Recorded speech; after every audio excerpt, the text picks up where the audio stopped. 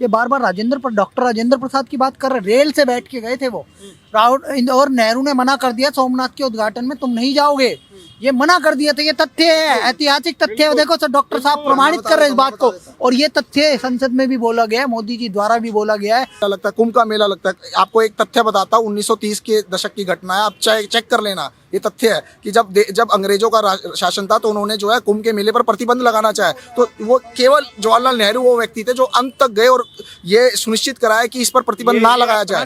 ये जरा बता दीजिए मुझे, आप ये कहाँ से लाए हैं ये चीज? आप और याद कर लीजिए, राम मंदिर एग्जिस्ट ही नहीं करता है, राम थे ही नहीं। ये आइडियोलॉजी किसकी? देखो, this is in India we can not accept this ideology कि राम नहीं थे। नहीं, even all the Muslims are having the, नहीं, ऑल द मुस्लिम्स, आप एक चीज बताइए, my dear friend, all the Muslims are having the ancestral relationship with the Hindus only. वो अत्याचार किया बांग्लादेश में, एनआरसी कौन लाया था? राजीव गांधी पहली बार असम में, किससे पूछ सकते हो आप? ये सर भी बता देंगे। ये मेरे को आपने महात्मा गांधी की बात करी। मुस्लिम अत्याचार करते हैं, और उस समय नोआखाली में भी गांधी नहीं गए थे। सुन लीजिए, सांप्रदायिककरण नहीं है, सत्य है। एक बात बताइए, 1952 का चुनाव नेहरू जीता, 57 का जीता, 62 का जीता, 64। अगर वो जन समर्थन, क्यों हराया ये बताओ? जन समर्थन उनके साथ नहीं था। पटेल नेहरू को चाहते थे प्रधानमंत्री बनाना, आपको नहीं पता है तथ्य? आप ये बताइए, अगर चार चुनाव कैसे जीते? 4 चुनाव कैसे जीते? वो ठगता बेईमान, अरे बेईमान। नमस्कार, बहुत बहुत स्वागत है आपका हमारे चैनल पर। हमारे साथ कुछ लोग जुड़े हुए हैं, लोगों से जानने की कोशिश करते हैं कि 22 तारीख को भगवान श्री राम की प्राण प्रतिष्ठा है, कांग्रेस पार्टी कहाँ स्टैंड करती है उस पर, क्योंकि अपने आप को जिन्हें उधेरी ब्राह्मण भी बताते हैं, राम भक्त भी बताते हैं, क्या जनता की सोच जानते हैं। सर, कांग्रेस पार्टी 22 तारीख को प्राण प्रतिष्ठा है और 14 तारीख को राहुल गांधी भारत न्याय यात्रा पर जाएंगे, तो कितने हिंदुओं के साथ हैं? वो हिंदुओं के साथ बिल्कुल भी नहीं है। ये जनेऊ पहनना दिखावा है, और जनेऊ पहनने का तरीका क्या होता है कि जनेऊ आपके शरीर से टच होना चाहिए, ऊपर से नहीं मैं पहन लूँ। दूसरी चीज, मर्यादा पुरुषोत्तम कहा जाता है भगवान राम को। मर्यादा पुरुषोत्तम इसलिए कहा जाता है कि वो क्षमा करते थे, इसीलिए मर्यादित हुए। तो कांग्रेस के मित्रों को क्षमा ही करना चाहिए, उनसे इसमें कोई डिस्कस करने का फायदा नहीं है, क्योंकि कल को वो क्या हैं, आज क्या हैं, अपना अतीत वो नहीं देख रहे हैं। और आखिरी की ये यात्रा कांग्रेस के ताबूत पर ठोकने जा रही है, जो राहुल गांधी जी करने जा रहे हैं। जनेऊ पहन कर के हिंदू तो वो नहीं होता है। चलिए बताइए, सर कह रहे हैं जनेऊ पहनने का तरीका ही नहीं पता, तो क्या हिंदुओं के साथ क्या खड़े होंगे? मैं यही कहना चाहता हूं कि आप हमेशा व्यक्तिवाद की बात करते हैं कि राहुल गांधी ने जनेऊ ऐसे नहीं पहना, वैसे नहीं पहना। आप ये देखिए, कांग्रेस एक विचारधारा का नाम है। कांग्रेस विचारधारा में सरदार पटेल, महात्मा गांधी, पुरुषोत्तम दास टंडन, लाल बाल पाल, रविंद्रनाथ टैगोर, तिलक, सब लोग आते हैं। और ये सब क्या हिंदू नहीं थे? आप ये बताइए, सरदार पटेल ने सोमनाथ की स्थापना करी, क्या वो हिंदू विरोधी थे? महात्मा गांधी राम राज्य की बात करते थे, क्या वो हिंदू विरोधी थे? पुरुषोत्तम दास टंडन हिंदी को राष्ट्रभाषा बनाना चाहते थे, क्या वो हिंदू विरोधी थे? तो और डॉक्टर राजेंद्र प्रसाद जो देश के पहले राष्ट्रपति थे, क्या वो जो कि गोरक्षा की बात करते थे, क्या वो हिंदू विरोधी? तो कांग्रेस का एक विचारधारा, एक दर्शन है, क्या वो हिंदू विरोधी विचारधारा है? क्या करपात्री जी के उस पर जो हत्या और गोलियां चलाई गई गोरक्षक के ऊपर, वो क्या हिंदूवाद था वो? यार एक सेकंड, सरजू जी का जो जल है और खून से तृप्त हुआ क्या, और राम मंदिर का अभी हो रहा है, तो क्या वो ठीक था क्या? हैं? और एक चीज बता दूं कि कांग्रेस की बात मैं नहीं कर रहा हूं कि कांग्रेस में बहुत सब लोग गलत हैं, ऐसा नहीं है। लेकिन जब नेतृत्व गलत हो जाए ना, तो कुछ नहीं हो सकता। एक बात बताइए, मनमोहन सिंह बड़े ईमानदार व्यक्ति थे, लेकिन चोरों से घिरा हुआ व्यक्तित्व ईमानदार हो जाए, ये संभव नहीं है। सभी प्रधानमंत्री थे कांग्रेस काल में, यूपी में बताए जाते, सभी मंत्री अपने आप को प्रधानमंत्री मानते थे। और एक और बात, ये बार बार डॉक्टर राजेंद्र प्रसाद की बात कर रहे, रेल से बैठ के गए थे वो राहुल, और नेहरू ने मना कर दिया सोमनाथ के उद्घाटन में तुम नहीं जाओगे, ये मना कर दिया था। ये तथ्य है, ऐतिहासिक तथ्य है। देखो सर, डॉक्टर साहब प्रमाणित कर रहे हैं इस बात को, और ये तथ्य संसद में भी बोला गया है, मोदी जी द्वारा भी बोला गया है कि सोमनाथ मंदिर का जब बन गया था, उसके उद्घाटन का समय आया था, तो नेहरू ने लिखित में कहा था, आप राष्ट्रपति हो, आपको ऐसे कार्यक्रम आयोजनों में नहीं जाना चाहिए। और ये वही नेहरू है जिन्होंने, जो सऊदी अरब का शेख आया था तो काशी विश्वनाथ को ढकवा दिया था, बुर्का पहना दिया था पूरी काशी को। ये तथ्य बता रहा हूँ मैं। नेहरू ने काशी को बुर्का पहनाया था, किस लिए पर्दे में रखा था? कि वो बुत परस्त नहीं है, वो बुत पूजक नहीं है। बुत पूजा मतलब भगवानों की पूजा नहीं करते। सर क्या बात करें यार। देखिए यूनिवर्सिटी का ज्ञान है सर। व्हाट्सएप यूनिवर्सिटी का नहीं, इस पर फैक्ट है, इस पर बुक्स हैं। आप बुक्स हैं, हाँ दिखा दीजिए इनको। आप एक चीज सुनिए, एक बात कहें, जो बड़े गरीब आदमी राजेंद्र बाबू जिसको आप कोट कर रहे हैं, वो कांग्रेसी थे सर सबसे नहीं, मैं जानता हूँ। आनंद भवन के बाहर वो पड़े रहते थे, बेचारे गरीब आदमी, दम्मा के मरीज थे वो, अस्थमा, पटना में रिटायरमेंट के बाद रिटायरमेंट का।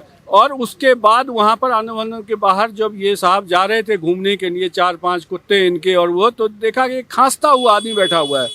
तो बापा कौन है ये? तो कहा कि राजेंद्र बाबू वहाँ पर लेटे हुए हैं। कहा कौन राजेंद्र? तो अच्छा इनके पास कब मेरे पुराने कपड़े दे दो, ये वही नेहरू है। डॉक्टर राजेंद्र प्रसाद को डॉक्टर राजेंद्र प्रसाद देश के राष्ट्रपति थे, वो भी कांग्रेस के समय पे थे। उस टाइम पे प्रधानमंत्री जवाहरलाल नेहरू थे। और जवाहरलाल नेहरू की जहाँ तक बात कर रहे हैं, जवाहरलाल नेहरू यूपी से आते थे, इलाहाबाद से थे वो। और जब वहाँ पर जो वो कौन सा मेला लगता है, कुंभ का मेला लगता है। आपको एक तथ्य बताता हूँ, 1930 के दशक की घटना है, आप चेक कर लेना। ये तथ्य है कि जब अंग्रेजों का शासन था तो उन्होंने जो है कुंभ के मेले पर प्रतिबंध लगाना चाहे, तो वो केवल जवाहरलाल नेहरू वो व्यक्ति थे जो अंत तक गए और ये सुनिश्चित कराया कि इस पर प्रतिबंध ना लगाया जाए। ये जरा बता दीजिए मुझे, आप ये कहाँ से लाए हैं ये चीज? आप फॉल्स नैरेटिव है यार। इनफैक्ट देखो, as on date we must realize कि whatever has happened should not happen now, है ना। Particularly as far as Congress is concerned, it is fully encircled by the ideology of the anti-national, anti-Hindu. That is the only problem. That is the only problem. और नहीं, दूसरी चीज, let me clarify. I'm not blaming anybody individual, but ideology क्या है? अब इन्होंने अभी आप याद करिए, 2 साल पहले याद कर लीजिए, राम मंदिर एग्जिस्ट ही नहीं करता है, राम थे ही नहीं। ये आइडियोलॉजी किसकी? देखो, this is in India we can not accept this ideology कि राम नहीं थे। नहीं, even all the Muslims are having the, नहीं, ऑल द मुस्लिम्स, आप एक चीज बताइए, my dear friend, all the Muslims are having the ancestor relationship with the Hindus only. जितने भी आज मुसलमान देश में हैं, उनके एंसेस्टर हिंदू ही थे, राम ही उनके एंसेस्टर थे। समझे ना? आपने कहा महात्मा गांधी राम राज्य चाहते थे, सर भी तो वही बोल रहे हैं ना। सर एक सेकंड, अरे यार आप सवाल, उनका जवाब। इन्होंने कहा कि कांग्रेस की क्या आइडियोलॉजी है। मैं सर से ही पूछना चाहता हूँ, I beg to differ with you sir, with due respect to you. आप ये बताइए कि मैंने इनसे भी ये प्रश्न पूछा, सोमनाथ की स्थापना सरदार पटेल ने करी और सबसे बड़े कांग्रेसी थे। महात्मा गांधी कांग्रेस में मेजॉरिटी ऑफ द पीपल क्या हो रहे हैं? सरदार पटेल के परिवार का कब्जा क्यों नहीं हुआ? अब राजनीति में एक ही परिवार का कब्जा क्यों है? राहुल गांधी यात्रा करेंगे पर मल्लिकार्जुन खड़गे क्यों नहीं करेंगे? मल्लिकार्जुन खड़गे के लिए कोई कुर्सी खाली नहीं करेगा, लेकिन सोनिया गांधी के लिए कुर्सी खाली हो जाएगी। क्या बात कर रहे हैं सर? एक ही परिवार का कब्जा। अडवाणी ये बताइए ना, आइडियोलॉजी में फर्क है। As on date we have to accept in India this ideology can not prevail this ideology. As on date all the youngsters and all the person must be given the equal chance, equal right, है ना। जहाँ तक equal right की बात आती है, equal वहाँ पे नहीं है कांग्रेस अभी भी, आज की तारीख में भी। अच्छा, सर बोल रहे हैं कि महात्मा गांधी राम राज्य चाहते थे, तो वो हिंदू विरोधी कैसे हो सकती है कांग्रेस में? देखिए, कांग्रेस की आइडियोलॉजी हिंदू विरोधी, कांग्रेस की आइडियोलॉजी इसलिए, देखिए, करनी और कथनी में बहुत फर्क है, समझे ना। कहना कुछ चाहते हैं, होता कुछ है। क्या हम भूल सकते हैं जब डिवीजन के बाद कलकत्ता में राइट हुए थे तो महात्मा गांधी वहां जाके दर्शन में धरने पे बैठ गए थे, नौखली में? क्यों? काय के लिए? हिंदू मरे क्यों नहीं रोका गया उनको? तथ्य नहीं है बेटा, ये सत्य है। मुझे एक मिनट, लेट मी कंप्लीट। मुझे किसी पर्सन इंडिविजुअल से कोई लेना देना नहीं है। सिर्फ जहाँ पे इतने सारे लोग एक मेजॉरिटी को मानते हैं, उसको आप इग्नोर नहीं कर सकते। एज ऑन डेट उसको कोई इग्नोर नहीं कर रहा है, पर ये तथ्य सही नहीं है। महात्मा गांधी जहाँ पर हिंदू अल्पसंख्यक थे, अल्पसंख्यक थे ईस्ट पाकिस्तान में, जो अब ईस्ट पाकिस्तान में चला गया, बांग्लादेश बन गया, वहाँ पे महात्मा गांधी गए थे और उन्होंने यह सुनिश्चित कराया था कि जो अल्पसंख्यक हिंदू हैं वो बहुसंख्यक मुसलमानों के साथ सुरक्षा और आदर के साथ रहें। इसको सुनिश्चित कराया था गांधी ने। जो पूरी आर्मी नहीं कर पाई, पूरी सेवा नहीं कर पाई, वो महात्मा गांधी। अत्याचार किया बांग्लादेश में, एनआरसी कौन लाया था? राजीव गांधी। पहली बार असम में, किससे पूछ सकते हो आप? ये सर भी बता देंगे। ये मेरे को आपने महात्मा गांधी की बात करी। मुस्लिम अत्याचार करते हैं और उस समय नोआखाली में भी गांधी नहीं गए थे। सुन लीजिए, सांप्रदायिकरण नहीं है, सत्य है। इस देश में आबादी मुसलमानों की कितनी हो गई? कितनी % थी? सिर्फ 8 या 9 करोड़ थे, आज कितने हैं? 30 करोड़ से ऊपर है, मानते हो? और पाकिस्तान में जब, सुन लीजिए सर, प्रमाण बोल रहा हूँ मैं सर, प्रमाण बोल रहे हैं, 2% हिंदू बच्चे हैं पाकिस्तान में। कितने गए थे? कितने गए थे? 21% के आसपास। कितना पैसा उन्होंने दिलवाया पाकिस्तान को? क्या हमारा पैसा पाकिस्तान बनने के लिए होगा? और वही एक सेकंड, और धर्म के अगर नाम पर विभाजन हुआ था तो जिन्ना जी ने वहाँ कहा था कि हम जी इस्लाम के हैं, तो यहाँ पर मुसलमान क्या कर रहे थे? इसका जवाब एक मिनट, अरे नहीं है आधार पे हुआ देश का बंटवारा? तो कैसे नहीं है? क्या बात कर रहे हो यार? Transfer power. और दूसरी चीज, गांधी जी एक बहुत अच्छे वो हो सकते हैं, मैं गांधी के फिलॉसफी को नहीं मानता हूँ। ठीक है, आपका अधिकार। ये तो मेरा अधिकार है। मैं इसलिए नहीं मानता हूँ कि वो आधा से ज्यादा जो उन्होंने बात किया वो अपने स्वार्थ के लिए किया, ठीक है ना? नंगा रहना, बकरी का दूध पीना, फलाना वो पीना, वो करते रहिए, आपका अपना ये है। लेकिन आपने हिंदुस्तान को उस कागार पर ला के रख दिया नेहरू के थ्रू कि बर्बाद कर दिया। ये सारे नेहरू के हाथ में क्यों दिया? एक बात बच्चे बताइए, सबसे ज्यादा वोट पड़े थे सरदार वल्लभ भाई पटेल की बात कर रहे हैं। मैं जवाब दे रहा हूँ, पहले एक मिनट, एक बात बताइए, एक बात ये कह रहे हैं, एक बात सुनो, जवाहरलाल नेहरू 1952 का चुनाव जीते, 57 का जीते, 62 का जीते। अगर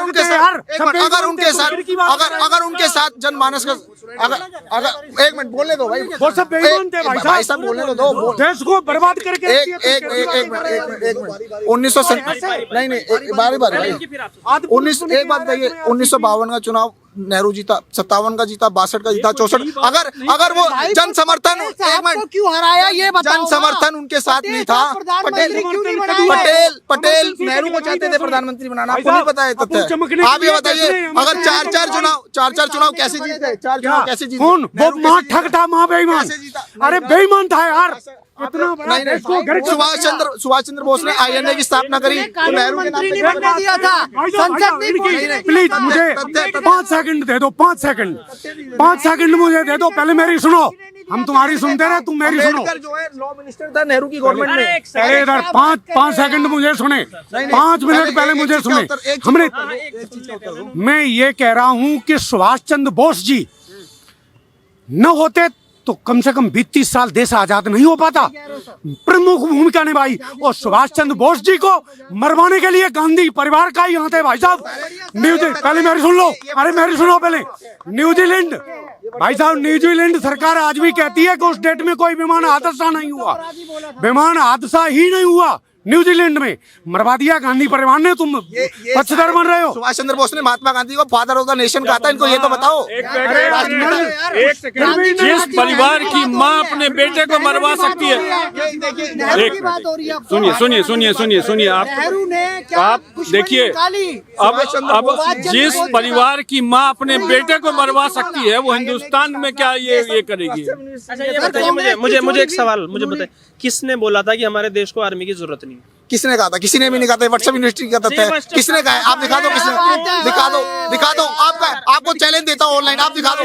दिखाऊंगा मैं आपको, इसके बाद पक्का दिखाऊंगा और तथ्य दिखाऊंगा। तथ्य गलत तथ्य आप बोल रहे हो। एक चीज बताइए, एक तथ्य मैं देता हूँ, मेरा तथ्य, एक तथ्य मेरा सुनिए।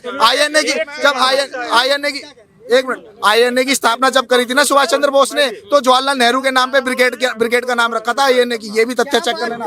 ये नहीं हो तो मैं नाम बदल दूंगा। आप लगा लो चैलेंज, बोलिए सर। कांग्रेस पार्टी में, सुनिए, कांग्रेस पार्टी के अध्यक्ष ने भाई कांग्रेस पार्टी क्यों छोड़ी? और वो उस समय के, भाई आज सिविल सर्विसेज होती है, उस समय के टॉपर थे वो, ठीक है, के टॉपर थे। और महात्मा गांधी को सुन लीजिए आप, राष्ट्रपिता की नेहरू, अरे सुनिए, नॉन वायलेंस को नहीं मानते वो। उन्होंने कहा था अंग्रेजों ने हमारे लोगों को मारा, उन्हें मारे बगैर देश आजाद नहीं होगा।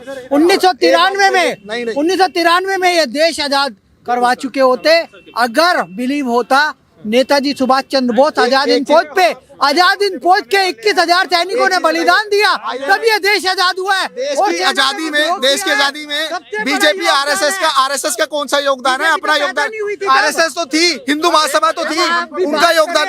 आप आरएसएस और नेताजी की बात कर हम इलाहाबाद जनपद से आए हुए हैं। हिंदू महासभा मेरी बात सुनिए। नेताजी की बात कर रहे हैं। सावरकर ने नेताजी के बलिदान से, नेताजी के आजाद हिंद फौज से ये देश आजाद हुआ है। RSS से नहीं थे। नेहरू ने एक डंडा भी नहीं खाया इस देश के 10 लिए। साल देश के 10 साल जेल में कांग्रेसियों ने रहे। कोई फांसी नहीं 10 खाई। साल जेल में रहे। ये लोग देश के 10 साल लुटेरे जेल में हैं। रहे। 10 साल जेल में रहे।